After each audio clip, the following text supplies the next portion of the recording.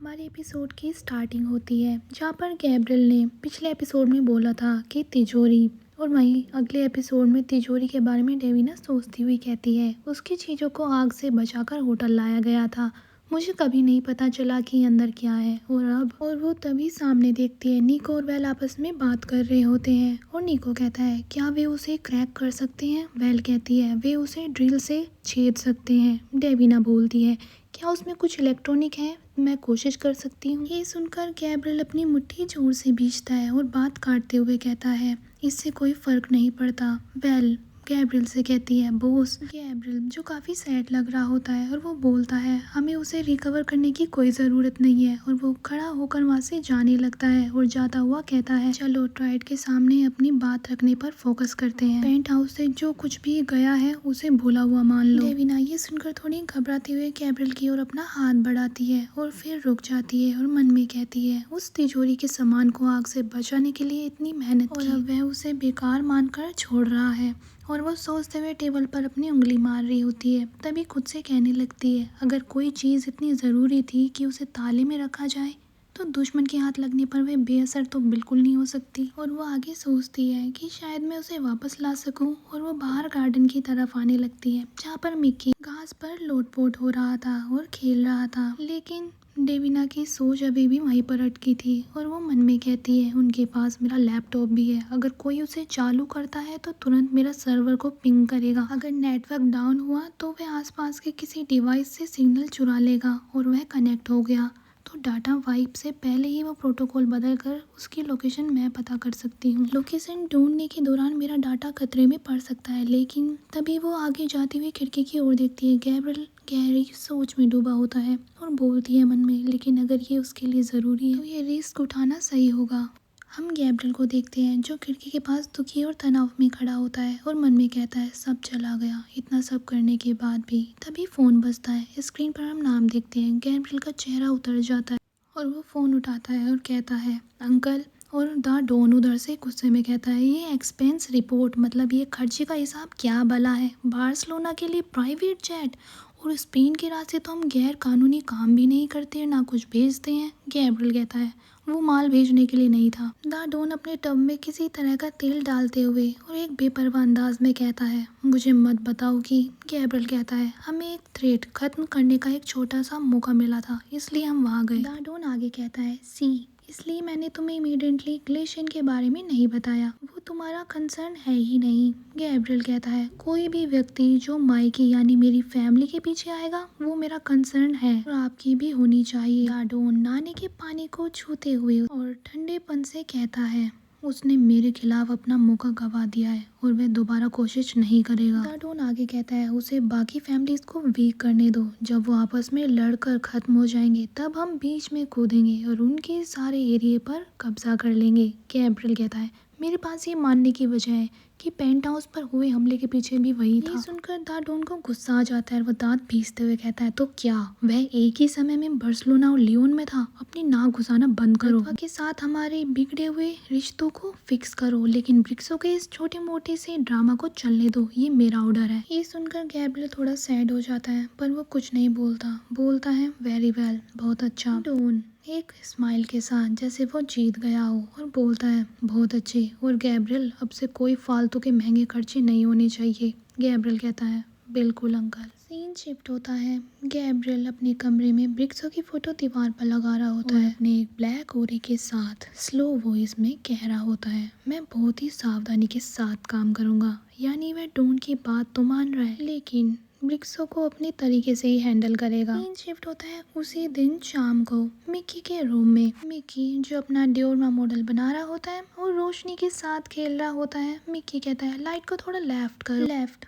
और ज़्यादा left. Davina Mickey के लिए लाइट को और ज़्यादा एडजस्ट करती है और बोलती है क्या ये अब ठीक है। मिक्की बोलता है इस चोंच की परछाई अभी भी उतनी लंबी नहीं है जितनी होनी चाहिए। डेविना बोलती है लाइट को हिलाते हुए यहाँ कैसी रहेगी। और हमारा लिटिल मिक्की गुस्से में चिल्लाता हुआ ब्रश से इशारा करता हुआ कहता है उसे और भी सैड दिखना चाहिए वीना, और शैडो चाहिए। ये सुनकर तो डेविना उसे चिढ़ाने लगती है, मजाक करते हुए कहती है तो फिर शायद हमें लाइट बंद ही कर देनी चाहिए। और ये सुनकर तो मिक्की आग बबूला हो जाता है और गुस्से में कूदने लगता है और कहता है क्या तुम खुद को सुन भी रही हो वीना, लाइट के बिना पेंट कौन कर सकता है। और वो तेजी से ब्रश चलाने लगता है और बोलता है इसे और डार्क बनाओ, मैं तुम्हें दिखाऊंगा कि नो लाइट क्या होती है। जो खुश हो रही होती है उसकी ये हरकत देखकर, क्योंकि उसे यही चाहिए था कि वो गुस्से में भुन जाए। और तभी हम देखते हैं गेट के पास गैब्रियल आके खड़ा हो जाता है और डेविना उसे देखकर बोलती है हाँ, इसका मतलब तो यही है कि गैब्रियल उससे बात करना चाहता है। और डेविना जो दबे पाँव रूम से बाहर निकल जाती है और वहाँ पर मिक्की चिल्लाता रहता है मैं तुम्हें दिखाऊंगा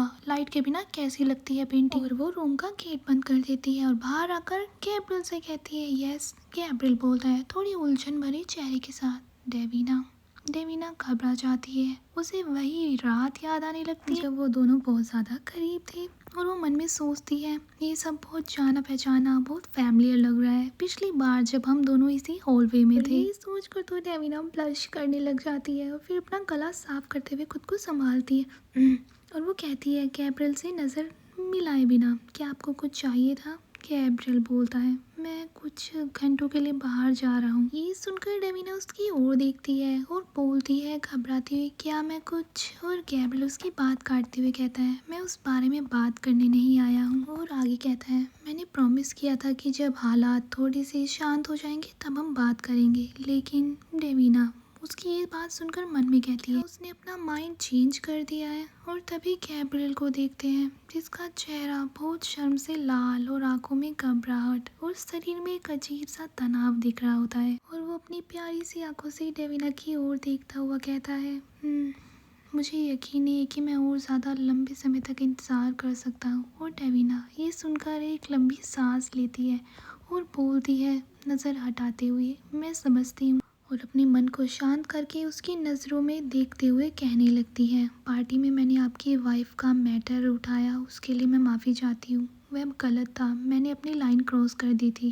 गैब्रियल ये सुनकर उसे घूरता है और थोड़ा नर्वस होकर कहने लगता है अब हमारे बीच किसी भी लाइंस का होने का प्रिटेंड मत करो। डेविना हैरान होकर उसकी ओर देखने लगती है क्या हमारे बीच में कोई लाइन नहीं है। गैब्रियल उसकी ओर करीब आता है और उसकी आंखों में आंखें डालकर कहने लगता है और उसका चेहरा भी ब्लश कर रहा होता है। और जितनी नर्वस डेविना होती है उतना ही नर्वस यहाँ पे गैब्रियल होता है और कहता है क्या तुम चाहती हो कि हमारे बीच कोई भी लाइन ना हो। और ये सुनकर डेविना अपनी आईज क्लोज कर लेती है और अपनी मुट्ठी जोर से भींच लेती है क्योंकि वो बहुत ही ज़्यादा नर्वस होती है और मन में कहती है हम बस गोल गोल घूम रहे हैं।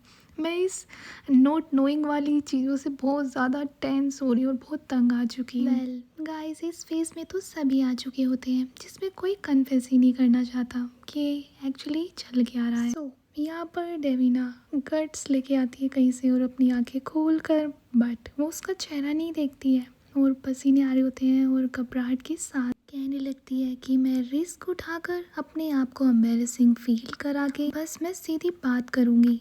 यहाँ पर डेविना कहती है ब्लश करते हुए यहाँ आने के बाद मेरे मन में आपके लिए रेस्पेक्ट और मैं आपको एडमायर करती हूँ। शायद एक अनप्रोफेशनल नैनी आपको मैं लगूँ, हद से बाहर जाकर मेरे मन में आपके लिए एक खास एक स्पेशल इंटरेस्ट पैदा हो गया है। और ये सुनकर गैब्रियल अपनी ओशन आईज से उसे घूर रहा होता है और थोड़ा कंफ्यूज बनने का एक्टिंग करता है और उसकी बात रिपीट करके कहता है इंटरेस्ट, मतलब वो उसके मुंह से सारी बातें सुनना चाहता है। डेविना जो अब सब कुछ तो कन्फेस कर चुकी है, अब वो उसकी आंखों में गहराई से डीपली देखती है और कहती है एक क्यूरियोसिटी भी। और वो शर्म से लाल हो रही होती है और घबराहट में थोड़ा सा दूर होकर अपनी नज़रें चुरा लेती है। डेविना बोलती आगे मैं आपके बारे में और जानना चाहती हूँ और आपके पास्ट के बारे में जानना चाहती हूँ और समझना चाहती हूँ। गैब्रियल गहराई से सोचता हुआ कहता है मेरा रोमांटिक पास्ट। डेविना कहती है यस। और ये सुनकर तो गैब्रियल को जैसे फुल परमिशन मिल गई हो, वो उसके और क्लोज आता है और जेंटली अपना हाथ डेविना की फेस तक लेके जाता है और धीरे से उसका फेस ऊपर की तरफ करता है और उसके कानों के पास आ रहे फ्लिक्स को खेलते हुए उसके चेहरे को छूता है और एक धीमी सी आवाज़ में कहता है और तुमने क्या सीखा। और वो डेविना के इतने ज़्यादा करीब आ जाता है कि उसकी सांसें डेविना को महसूस हो रही होती है। गैब्रियल कहता है, मैं चाहूँगा कि वो सब मैं तुम्हारी ज़ुबानी सुनूं। डेविना की हालत ख़राब हो जाती है, वो पूरी तरह से पसीने पसीने हो रही होती है। गैब्रियल जो पूरी तरह से रोमांस के मूड में है, हल्का सा स्माइल करता है। हाँ, ये फ़नी है, और धीरे से अपना हाथ बढ़ाकर डेविना की गर्दन के पीछे के बालों में मुट्ठी से थाम लेता है। गहरा और एक अधिकार जताने वाला इशारा होता है। और गैब्रियल आगे कहता है, मैं भी तुम्हारे बारे में सेम ऐसा ही फील करता हूँ। ये फील करके तो डेविना का हार्ट बीट भी स्किप कर रहा होता है, और गैब्रियल उसके लिप के बहुत ज़्यादा क्लोज आ जाता है, और उनके बीच में बिल्कुल भी स्पेस नहीं होता है। गैब्रियल धीरे से उसे कहता है, मुझे तुम्हारी सारी राज, तुम्हारे सारे सीक्रेट्स चाहिए। तुम्हारे एक एक सीक्रेट, एक एक राज मैं सुनना चाहता हूँ। और दोनों की सांसें तेज होती हैं, वो एक दूसरे की आंखों में खो चुके होते हैं। और गैब्रियल जो बहुत ज़्यादा पैशनेट होकर उसकी नेक को और ज़्यादा क्लोजली थामता है, और भारी और गहरी आवाज़ में कहता है, लेकिन मुझे वो सीक्रेट्स तुम्हारे लिप से सुनने हैं। और यहाँ पर तो इतनी हॉटनेस हो जाती है कि ऐसा लगता है कि रूम का टेम्परेचर ही बढ़ गया हो। और डेविना अपनी आंखें क्लोज कर लेती है, और अपने मन में डर और प्यार के बीच झूल रही होती है। और उसके मन में सारी यादें, सारे मोमेंट्स चलने लगते हैं, और मन में कहती है, मेरे सीक्रेट्स, एक बार वे इसके पास पहुंच गया तो यह मेरा मालिक बन जाएगा। लेकिन उससे भी बुरा जब उन्हें पता चलेगा कि मैंने उनसे कितने झूठ बोले हैं। और ये सुनकर डेविना अपने मन की गहराइयों में चली जाती है, जहाँ पर वो डर रही है सब कुछ बताने से और सब कुछ खोने से। और कहती है आगे, इसे अपना ट्रस्ट देने का मतलब है इसका भरोसा हमेशा के लिए खो देना। सो डेविना यहाँ पर अपना सारा पास्ट कन्फेस करने से बहुत ज़्यादा ही डर रही होती है, और वो अपनी आंखें खोलती है। गैब्रियल ऑलमोस्ट उसको किस करने वाला ही होता है। डेविना अचानक से अपनी आंखें खोलकर अपनी फिंगर उसके लिप पर रख देती है और उसे रोक देती है, और बोलती है, मैं अपनी सीक्रेट्स तब तक नहीं बता सकती जब तक मैं आपके सीक्रेट्स ना जान लूँ। और गैब्रियल थोड़ा सा निराश और घबराहट में पीछे हट जाता है, और बोलता है, जैसा कि मुझे डर था, हम दोनों वाकई एक जैसे ही हैं।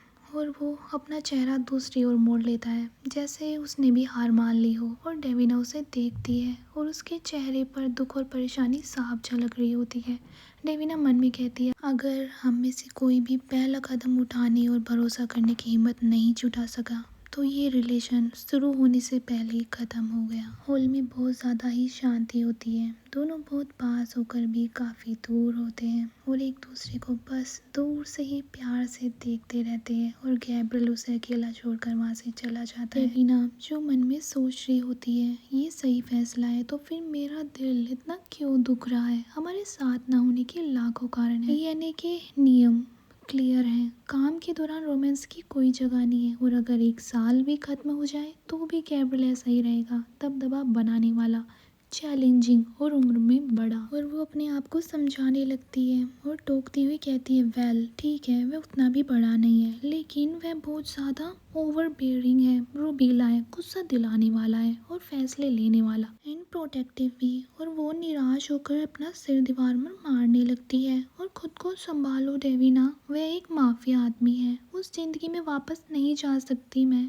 डेविना दुखी होकर सोचती है अपने बचपन के वो पल, और बोलती है मन में, हेड मिस्ट्रेस ने मुझे उस दलदल से निकालने के लिए, मेरी पहचान मिटाने के लिए सब कुछ दांव पर लगा दिया था। कोई भी दांव फैमिली को जिंदा नहीं छोड़ता। अगर मेरी असली पहचान सामने आई तो मेरे पेरेंट्स के सारे एनिमी मेरे पीछे आ जाएंगे, और पॉसिबल है कि उनमें खुद एंजेलिनी फैमिली शामिल होगी। खून की रंजिशें तब तक नहीं मरती जब तक बहाने के लिए खून खत्म ना हो जाए। डेविना ये सब सोचकर बहुत ज़्यादा ही अंदर अंदर घुट रही होती है, और आगे कहती है, मैं उसे सच नहीं बता सकती। माफिया का एक कोड होता है, सच जानने के बाद वह मुझे बेनकाब करने के लिए मजबूर हो जाएगा। और वो घबरा कर अपने माथे को टच करती है, फिर धीरे से अपने होठ को छूकर शाय हो जाती है। वो काफ़ी ब्लश कर रही होती है, उसके गाल टमाटर की तरह लाल हो रहे होते हैं। और वो कहती है आगे, मैं आग से खेल रही हूँ, मैं जानती हूँ, लेकिन उसे इतना ज्वलनशील होने की क्या ज़रूरत थी।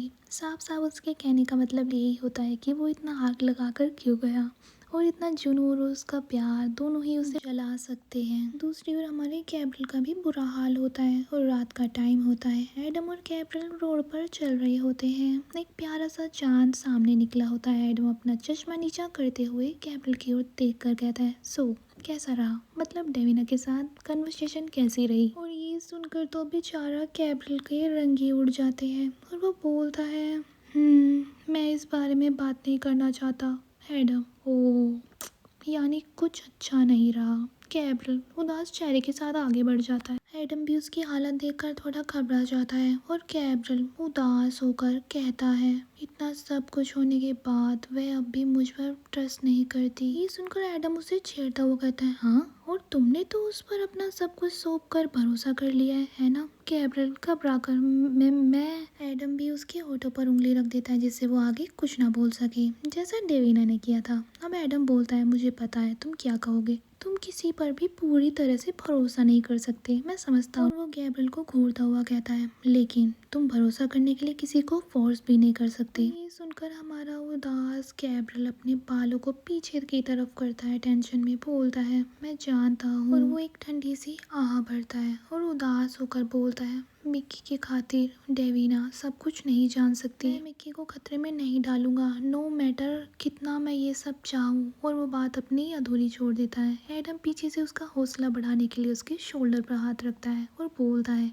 किसी एक चीज़ से शुरुआत करो, ज़रूरी नहीं कि अभी सब कुछ बताया जाए या कुछ भी नहीं। ये सुनकर तो गैब्रियल भी सोच में पड़ जाता है और बोलता है, कोई एक चीज़। एडम कहता है, किसी पर ट्रस्ट करके उसे अपना राज बताना अच्छा लग सकता है इस बार के लिए। और एडम आगे बढ़ जाता है कहकर गैब्रियल पीछे होता है और धीरे से कहता है, मे बी। और गैब्रियल एक दुकान के सामने आ जाता है जबकि एडम बाहर ही रुक जाता है। दुकान की घंटी बजती है, अंदर बनी होता है और वो ग्लासों के साथ डिंग डिंग कर रहा होता है और वो बोलता है, सिजलिंग समर सेल, सब कुछ आधी कीमत पर। गैब्रियल जो ये सुनकर आगे बढ़ रहा होता है और एक स्माइल के साथ कहता है, अब भला मैं इस बात पर डाउट क्यों कर रहा हूँ। और बनी जो पीछे मुड़कर देखता है और बुरी तरह से डर जाता है। उसके हाथ से कांच के बर्तन नीचे गिर कर टूट जाते और वो घबराता हुआ कहता है, तुम यहाँ नहीं हो सकते। और वो चारों तरफ घूमने लगता है डर के मारे। गैब्रियल जो बहुत शांति से खड़ा होता है और बोलता है, और फिर भी मैं यहाँ हूँ। और बनी आगे कहता है, मैं तुम्हारे साथ लेन देन करते हुए नहीं देखा जा सकता। ये सुनकर गैब्रियल उसे पीछे मुड़कर देखकर कहता है, क्या तुम ग्लेशियन से मतलब ब्रिक्सो के लोगों से डरते हो। बनी उसे देखकर घबराता हुआ कहता है, ब्रिक्सो का वो नया नया खड़ा हुआ गिरोह बिल्कुल नहीं। और वो अपना मुंह छुपाते हुए कहता है, तुम्हें तो ब्रतवा मतलब वो रूसी माफियाओं ने भी अपने हियर के मर्डर के लिए टारगेट किया हुआ है। गैब्रियल कहता है, उस मौत से मेरा कोई लेना देना नहीं है। गैब्रियल की बात सुनकर बनी कहता है, मेरा मतलब तुम तो यही कहोगे चाहे सच जो भी हो। गैब्रियल उसे पीछे की तरफ घूरता हुआ कहता है, ब्रिक्सो ने ये खुद ही कन्फेस किया है। बनी कहता है एक शातिर मुस्कान के साथ, शक करता हुआ, क्या तुम्हारे पास इसकी कोई रिकॉर्डिंग या टेप है। बनी आगे कहता है, ये तुम्हारे वर्ड्स उसके अगेंस्ट है, मर्डर सीन से वहाँ से भागा नहीं था। और ये सुनकर तो गैब्रियल गुस्से में थर थर काँप रहा होता है और वो बोलता है, मुझे एलिस से मिलना होगा। बनी कहता है, बिल्कुल नहीं, तुमने हमें एक बहुत ही नाजुक स्थिति में डाल दिया है। हमें तो तुम्हारे साथ सारे कॉन्ट्रैक्ट तुरंत ही रद्द कर देने चाहिए थे, लेकिन हमने पहले ही अपना काम माफी की दुनिया से बहुत दूर शिफ्ट कर लिया है। बनी आगे कहता है, इस मोड़ पर वापस मुड़ना और हमारे लिए बहुत महंगा पड़ेगा। हम इस तरह तुम्हारे साथ और कोई बिजनेस डिस्कस नहीं कर सकते। गैब्रियल उसे समझाता हुआ कहता है, ये बिजनेस के बारे में नहीं है, ब्रिक्सो तुम्हारी ऑर्गेनाइजेशन के लिए भी एक डेंजर जोन है। बनी कहता है, मुझे इस बात पर शक है। गैब्रियल गुस्से में अपने ब्लैक ओरी के साथ उसे कहता है, तो फिर तुम ध्यान नहीं दे रहे हो। बनी कहता है, ठीक है मान लो मुझे इंटरेस्ट है, ब्रिक्सो हमारे लिए समस्या कैसे है। गैब्रियल कहता है, ब्रिक्सो ने मेरे ही एक आदमी को मेरे बेटे के खिलाफ भड़काया और ठीक उसी समय उसने ब्रतवा के हेयर को कात्या को पॉइजन दे दिया। उसने लियोन से लेविग्ने के बेटे को किडनैप कर लिया। ये सुनकर बनी उसे शक की नज़रों से देखता हुआ कहता है, लेविग्ने के लड़के के बारे में सुना है, तुमने क्लेम किया था कि उसके पीछे भी ब्रिक्सो ही है। गैब्रियल उसे बताता है, हमने लुइस को खुद वहाँ से छुड़वाया है। बनी कहता है, ये इंटरेस्टिंग है। गैब्रियल कहता है, एक के बाद एक 3 फैमिलीज के हेयर्स को टारगेट बनाया गया, 2 तो एक ही रात में। बनी कहता है, इसका मतलब है कि ब्रिक्सो को कम से कम कात्या को जहर दिए जाने के पहले ही पता था। उसने लेविग्ने की एब्सेंस का एडवांटेज उठाया, लेकिन इससे ये सच नहीं बदलता कि ब्रतवा तुम्हें इसका रिस्पॉन्सिबल मानता है। और गैब्रियल कहता है, एक मिनट के लिए याकूब लेना, कात्या को भूल जाओ और अपने बारे में सोचो। ब्रिक्सो पूरी ही क्राइम फैमिलीज को खत्म कर रहा है, उनके हेयर्स को खत्म कर रहा है। अगला कौन होगा? बनी सहज होकर सोचता है और कहता है, एलिस। और ये सोचकर तो बनी भी डर जाता है और वो बोलता है, तुम असल में मुझे क्या सुगेस्ट कर रहे हो? गैब्रियल कहता है, यही कि हम ब्रिक्सो को नेक्स्ट मूव करने का मौका ही ना दे। और बनी घबरा कर दूसरी ओर चला जाता है और सोचता हुआ कहता है, मैं तुम्हारा मतलब समझ रहा हूँ, ठीक है, जाहिर है कि हमें तुम्हारी स्टोरी वेरीफाई करनी होगी, लेकिन उसके बाद हाँ, और कोई रास्ता नहीं है। बनी गैब्रियल के पास आता है और कहता है, लेविग्ने ने इन बातों को वेरीफाई कर दिया जो तुमने अभी कही है, तो हम मिलेंगे।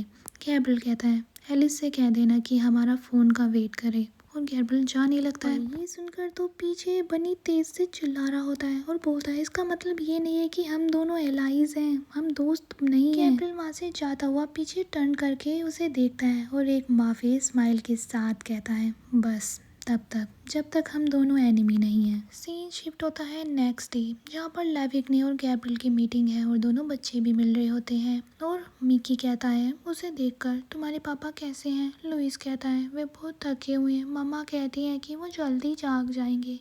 मिकी कहता है, मैं विश करता हूँ कि ऐसा ही हो। इनका माहौल थोड़ा इमोशनल होता है और दूर से लेविग्ने और गैब्रियल बेंच पे बैठे बच्चों को देख रहे होते हैं। लेविग्ने का चेहरा जो सख्त होता है और वो बोलती है, तुमने मुझे मेरे पति के बेड साइड से यहाँ पर बुला लिया है, उम्मीद है कि ये काम बहुत ज़रूरी होगा। गैब्रियल कहता है थोड़ा नर्वस होकर, मुझे ज़रूरत है कि तुम टाइट से बात करो। लेविग्ने कहती है, मेरा तुम पर कोई भी कर्ज नहीं है गैब्रियल। गैब्रियल उसे घूरता हुआ कहता है, तुम इसलिए नाराज़ हो क्योंकि हमने तुम्हें इस प्लानिंग में शामिल नहीं किया था। हमें यकीन नहीं था कि गैब्रियल की बात काटते हुए लेविग्ने कहती है, अगर तुम्हारी जगह मैं होती तो मैं भी वही करती, जैसे कि तुमने सब कुछ सीक्रेटली प्लानिंग की थी। और लेविग्ने एटीट्यूड में इरिटेट होती हुई कहती है, और मैं उस लिसनिंग डिवाइस के लिए कोई भी माफ़ी नहीं मांगूंगी। गैब्रियल भी चिढ़ते हुए कहता है, कौन सा वाला? लेविग्ने कहती है, उतने ही चिढ़ने के साथ, क्योंकि तुमने मेरी नैनी को चुरा लिया और लुइस उसे बहुत पसंद करता था। गैब्रियल कहता है, तुमने तो उसे बार्सिलोना में अकेला ही छोड़ दिया था।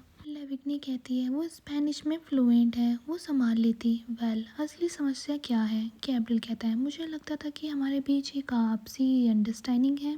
लेविग्ने कहती है, थी, लेकिन अब मेरे पति हॉस्पिटल में, मेरा बेटा पाल वाली नावों को देखकर ही डर जाता है। गैब्रियल कहता है, तुम्हें लगता है कि मेरे साथ जुड़ने की वजह से तुम टारगेट में आ गई हो? लेविग्ने कहती है, जब से तुम इस सिटी में आई हो, मेरे आदमी और पैसा दोनों खोए हैं मैंने। गैब्रियल उसे समझाता हुआ कहता है, ब्रिक्सो हम सबके लिए डेंजर है। लेविग्ने मुंह फेर लेती है और कहती है, तुम्हारे दुश्मन उस ग्लेशियन से कहीं ज्यादा है और मैं इस वक्त तुम्हारे साथ मिलकर उनका सामना नहीं कर सकती। गैब्रियल जो बहुत अलोन फील करता है और वो बहुत अंदर अंदर घुट रहा होता है, कहता है, ब्रतवा मैं समझता हूँ। गैब्रियल आगे कहता है, मैं तुम्हें सबके साथ युद्ध में उतरने के लिए नहीं कह रहा हूँ, बस ट्राइड से बात कर लो, उन्हें ब्रिक्सो के बारे में सब सच सच बता दो, बस इतना ही चाहिए। लेविग्ने मिकी और लुइस की ओर देखती है जो एक दूसरे के गले लगे हुए थे और वो थोड़ा पिघल जाती है और कहने लगती है, ठीक है, सिर्फ एक कॉल, उसके बाद हमारा रिलेशनशिप सब खत्म।